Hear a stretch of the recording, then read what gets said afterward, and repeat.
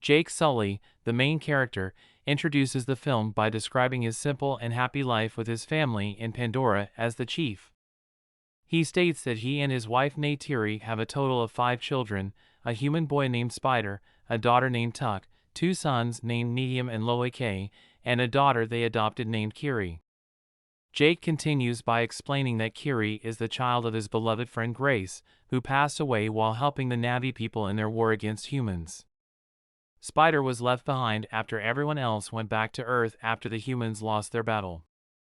Jake says that the kids interact and play well with one another. Jack says that even though the kids are different colors and sizes, they all live together as a family. Because Spider is revealed to be the son of Colonel Miles Quaritch, the villain who nearly wiped out the Na'vis, Neytiri dislikes him.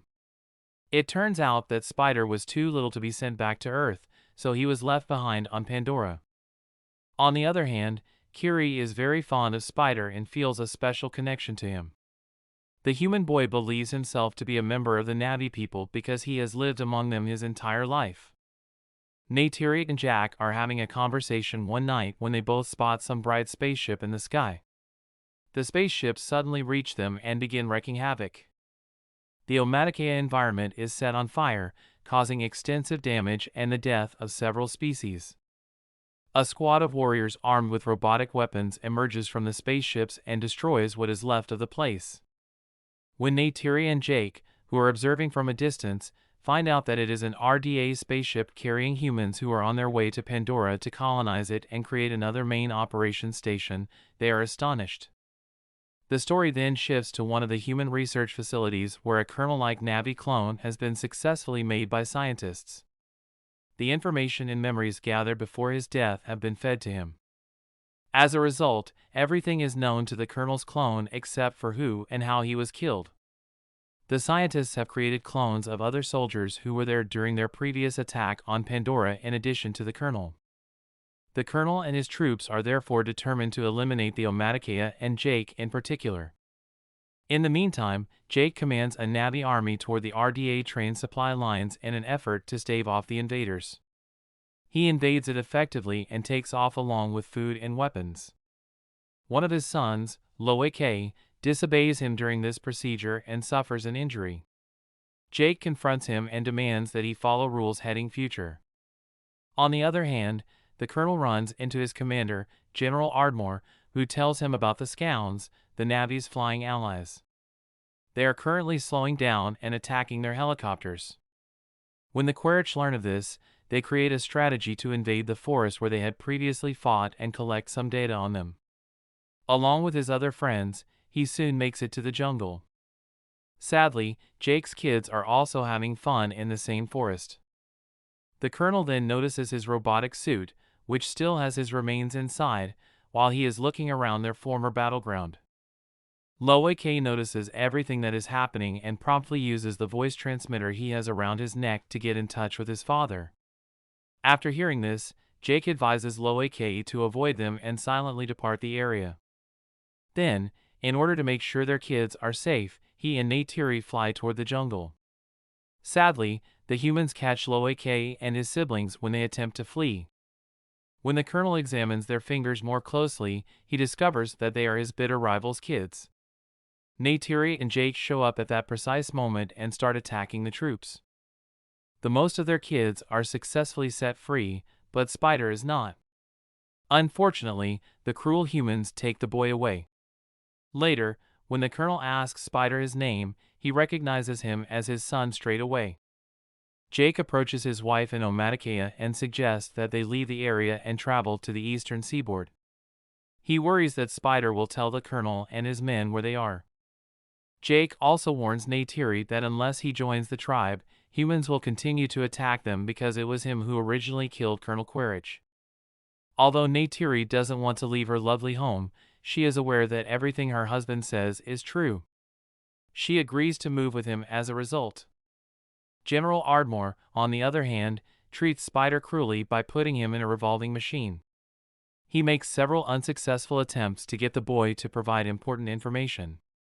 Spider simply won't budge since he is too loyal to his Na'vi parents. The colonel stops the spinning machine right away because he unexpectedly cannot see his son in this condition. He then goes up to the general and promises to deal with Spider in his own way. Later, in a different room, he runs into the boy and tells him that he's not a bad person. He also reveals that he is there to take him to Earth. Because of this, Spider decides to give him the information he demands in the end. The following scene shows Jake and his family flying out in their Scouts from their native home. They finally land at Metkayina, where another Navi tribe lives, after several days of flight. Surprisingly, the local Navas are pale in color and prefer staying in the water. They begin making fun of Jake and his crew when they come across them. Tonowari, the tribe's leader, and his wife soon make their way there. He expresses doubt and claims that Jake and his family are unprepared to survive in the water. Jake assures them that they will quickly adjust to the environment, but he is desperately trying to save his family. Then he describes how some humans are pursuing him. When Tonowari learns this, she at last consents to let them stay and offers them a place to stay. Additionally, he asks his kids to teach Jake's kids how to swim and use their unique water creatures. As requested, the youngsters of Tonowari take their new friends to the seashore and begin teaching them the basics. Meanwhile, Loike, who is always up to no good, tries to make contact with a marine creature but slips and falls into the water. When they notice him, Tonowari's kids begin to laugh. The girl, Kiri, can be seen lurking deep inside the ocean as this is all going on. She has surprisingly adapted well to the environment and can even control some sea creatures. The next day, Aonong, Tonowari's son, and his pals approach Kiri as she is practicing underwater relaxation and begin calling her a freak. As a result, Loike shows up and punches Aonong. As the clan chief's son, Jake later demands that his son go and apologize to Aonong after hearing about the incident. Loike reluctantly agrees and apologizes. Even though Aonong pardons him in front of others, he is still angry inside. So, under the pretext of swimming, he takes Loike to a specified spot in order to teach him a lesson. Loike has no idea that the area is home to hazardous sea predators. Later, as Loike is fishing, a big animal swims rapidly at him. Fearful and terrified, Loike searches for assistance but is unable to locate anyone. But just then, a huge creature by the name of Payakan steps and comes to the rescue. With the aid of its large head, it quickly kills the predator. Here, we learn that Payakan is a Tulkun, a peaceful and wise creature. The Metkayina consider the thousands of Tulkuns in the water to be their spiritual kin. The biggest and most powerful of them all is Payakan. Payakan rescues Loike in the meanwhile and brings him to the surface. The latter also helps the creature by removing some harpoons that were allegedly causing pain on it. The two develop a lovely friendship as a result of this. Later, when Loike arrives on land, Tonowari approaches him. The strict leader wants Aonong to apologize after learning about his son's actions. The unselfish Loike, however, denies involvement from Aonong and takes responsibility for his deeds. This helps Aonong realize that the new Navas are actually not all that bad. After some time has passed, Loike rejoins his brother and friends and shares the story of how Payakan saved his life. To his surprise, no one takes him seriously. Instead, they inform everyone that Payakan is a murderer, which is why the other Tulkuns have abandoned it. Spider, on the other hand, informs the colonel about some aspects of Navi culture before taking him to Hallelujah Mountain to choose a scout. The colonel stumbles at first but quickly learns how to fly it and does so. He soon learns where Jake might be, too, and gathers his army and marches for the Metkayina Reef. When he gets there, he approaches some water Navas and asks whether they know Jake. The bad humans kill one of the Navas and set their homes on fire when the Navas shout no. The Navas maintain their position in the face of this. With no other alternatives left, the colonel orders his squad to pursue Plan B. He wants to kill many Tulkuns right now in the hopes that it will eventually bring Jake out. But killing them also has another benefit.